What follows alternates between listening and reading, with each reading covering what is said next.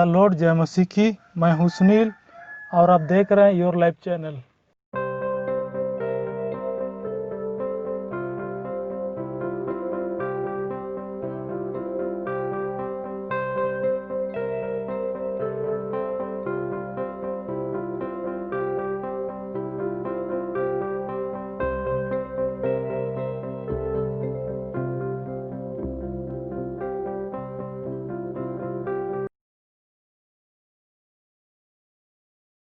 हर बात में धन्यवाद करो, क्योंकि तुम्हारे लिए मसीह यीशु में परमेश्वर की यही इच्छा है।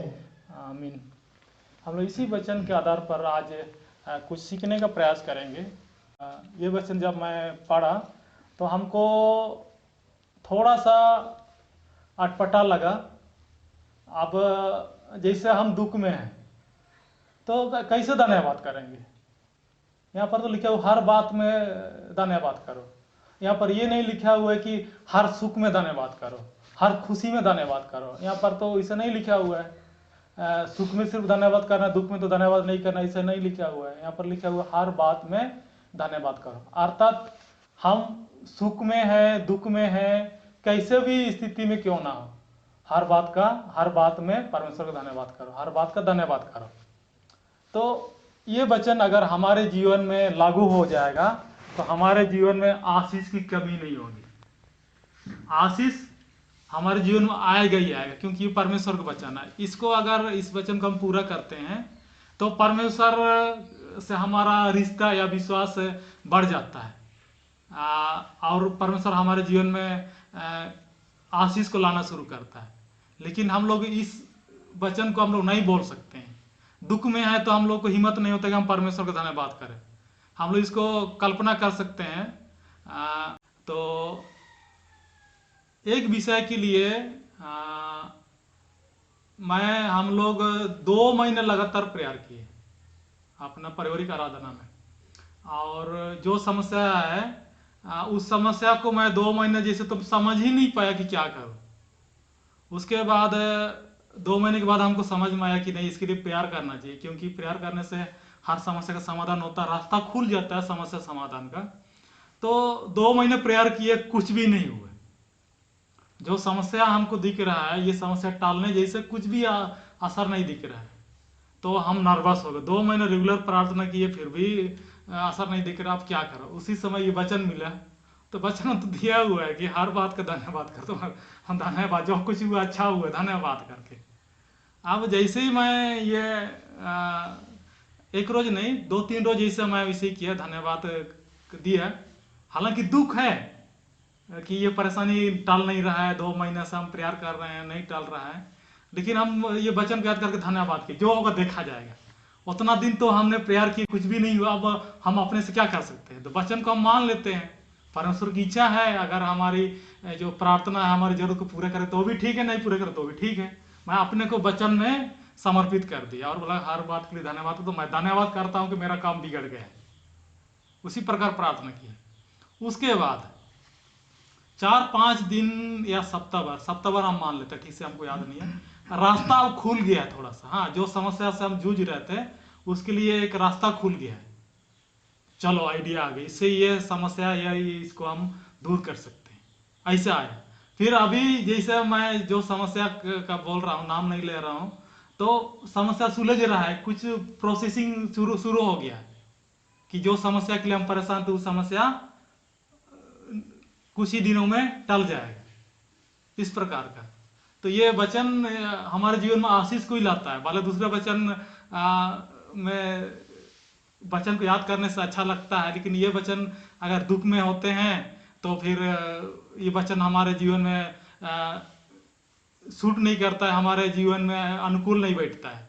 क्योंकि हम अगर कहीं पर बीमार हैं, चोट लगे हुए हैं, और धन्यवाद परमेश्वर की हमको चोट लगा बोलने से थोड़ा सा अटपटा लगता है। और ये जो बड़े सेवक लोग होते हैं या जो वचन में ज्यादा डूबे हुए हैं, वो लोग यही करते हैं। दुख में भी धन्यवाद करते हैं, सुख में तो धन्यवाद हर कोई करता है, दुख में धन्यवाद करना ये बड़ी बात है। तो इस प्रकार से परमेश्वर की आशीष को हमारे जीवन में ला सकते हैं। परमेश्वर को याद दिला रहे हैं कि तू तो अनुग्रह करने वाला है, ये जो मेरे साथ हुआ है ये आपकी इच्छा अनुसार हुआ है, इसलिए मैं इसके लिए क्या करता हूँ, धन्यवाद करता हूँ। इस प्रकार हम अपने विश्वास को बढ़ाते हैं। वचन में विश्वास करना मतलब अपना विश्वास को बढ़ाना, परमेश्वर पर भरोसा ज्यादा करना। हम लोग कुछ कुछ चीजों में परमेश्वर भरोसा नहीं करते, हम लोग दूसरे लोगों पर भरोसा करते हैं। जैसे कुछ भी बीमार हो जाते हैं, हाँ चलो डॉक्टर के पास जाएंगे, पहला चीज डॉक्टर को प्राथमिकता देते हैं। लेकिन बाइबल हमें इस प्रकार का नहीं बताती। डॉक्टर को दिखाना है, डॉक्टर के पास जाना है, ये बात है, लेकिन सबसे पहले हम परमेश्वर को बता लेंगे, देखिए हमको ऐसा हो गया है, अगर आपकी इच्छा हो तो मेरी बीमारी दूर हो जाए। अगर आपकी इच्छा नहीं है कि हमको थोड़ा सा बीमार रहना है तो कोई बात नहीं है, हम तो आपके हैं, जैसे आपकी मर्जी है, हम उसके संतान है ना, तो जैसे उसकी मर्जी वैसे हमारे साथ करता है। लेकिन बाइबल में ये नहीं बताता है, देखो बेटा तुम थोड़ा सा बीमार ही रह लो, 2-4 दिन तुम बीमार ही रह लो तो बाद में मैं ठीक करूंगा, इसे बाइबल में कहीं भी नहीं मिलता है। बाइबल में इस प्रकार हमको नहीं मिलता है कि तुम और कुछ दिन बीमारी में रह लो, और कुछ दिन पाप में तुम बने रह लो।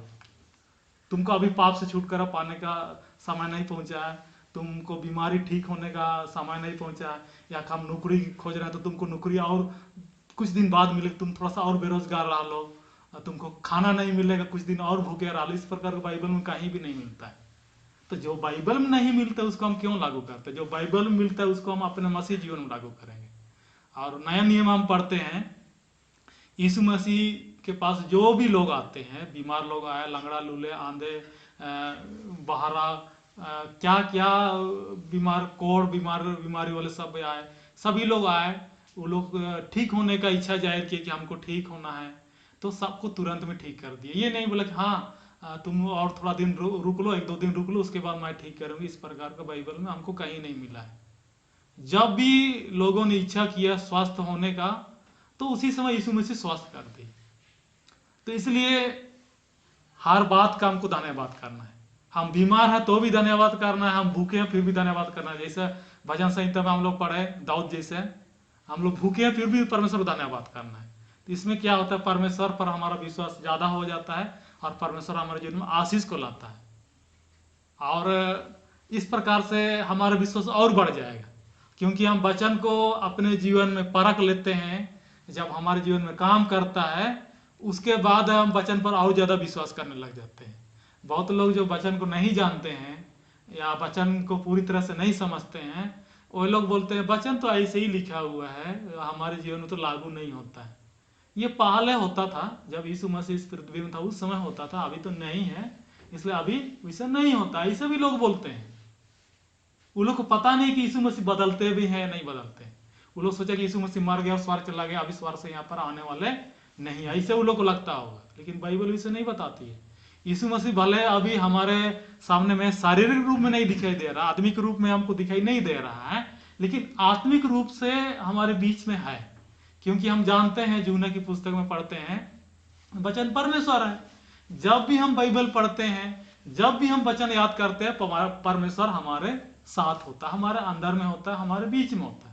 तो परमेश्वर हमारे साथ है नहीं है ये सवाल ही नहीं उठता है। वचन हमारे मन में है, परमेश्वर हमारे मन में है। वचन हमारे घर में है, परमेश्वर हमारे घर में है। सीधी सी बात है। अब यहाँ पर यीशु मसीह है या नहीं है, परमेश्वर यहाँ पर है या नहीं है, ये सवाल ही नहीं उठता है। हम लोग एक वचन को देख लेंगे यीशु मसीह के बारे में, वो कैसा है। इब्रानियों की पत्री अध्याय 13 वचन 8 हम लोग एक साथ पढ़ेंगे। यीशु मसीह कल और आज और जुगानुजुग एक सा है। आमीन। तो यहाँ पर हम लोगों ने पढ़ा यीशु मसीह कल, आज और जुगानुजुग एक सा, अर्थात यीशु मसीह कभी नहीं बदलने वाला है। तो हम कैसे हम बोल लेते हैं कि यीशु मसीह हमारे बीच में नहीं है, यीशु मसीह काम नहीं करता है, ऐसे कैसे बोल लेते हैं? हम वचन नहीं जानते हैं, इस कारण से हम ऐसे बोल लेते हैं। स्पष्ट लिखा हुआ है। अब यीशु मसीह हमको दिखाई दे या ना दे, लेकिन वो कभी बदलने वाला नहीं है, एक सा है। पहले जैसा था, जब इस पृथ्वी में काम कर रहा था, चेलों के साथ घूम रहा था, लोगों को ठीक कर रहा था, चंगाई दे रहा था, छुटकारा दे रहा था, अभी भी इसी काम करता है। लेकिन हम बदल गए हैं, हमारा विश्वास बदल गया है, इस कारण से हमारे बीच में परमेश्वर या यीशु मसीह काम नहीं करता है। तो ये वचन ये बहुत आशीष को लाता है। हम इस वचन को याद करके यीशु मसीह को हम अपने जीवन में स्वीकार करते हैं, अपने साथ महसूस करते हैं कि यीशु मसीह अभी भी हमारे साथ है। अब उस समय जो काम कर रहा था अभी काम नहीं करेगा, ऐसा बात नहीं है। उस समय जो जो काम किया वो काम अभी भी करेगा, लेकिन उस समय क्या होता था, हम उसको शारीरिक रूप में देखते थे, अभी शारीरिक रूप में उसको नहीं देखते हैं। उसको हम वचन के रूप में देखते हैं, उसके चमत्कार के रूप में देखते हैं, उसके आश्चर्य कारण के रूप में देखते हैं। जैसे मैं अभी कुछ गवाही के रूप में बताया तो मैं उसके कार्यों को देख पाया। इस प्रकार हम अपने विश्वास को और थोड़ा बढ़ा सकते हैं। वचन को जब तक हम अपने जीवन में नहीं उतारेंगे, हमारा मसीह जीवन ऐसे ही जस का तस रहेगा। इसलिए वचन जब भी हम पढ़ते हैं उसको अपने जीवन में लागू करने का प्रयास करेंगे।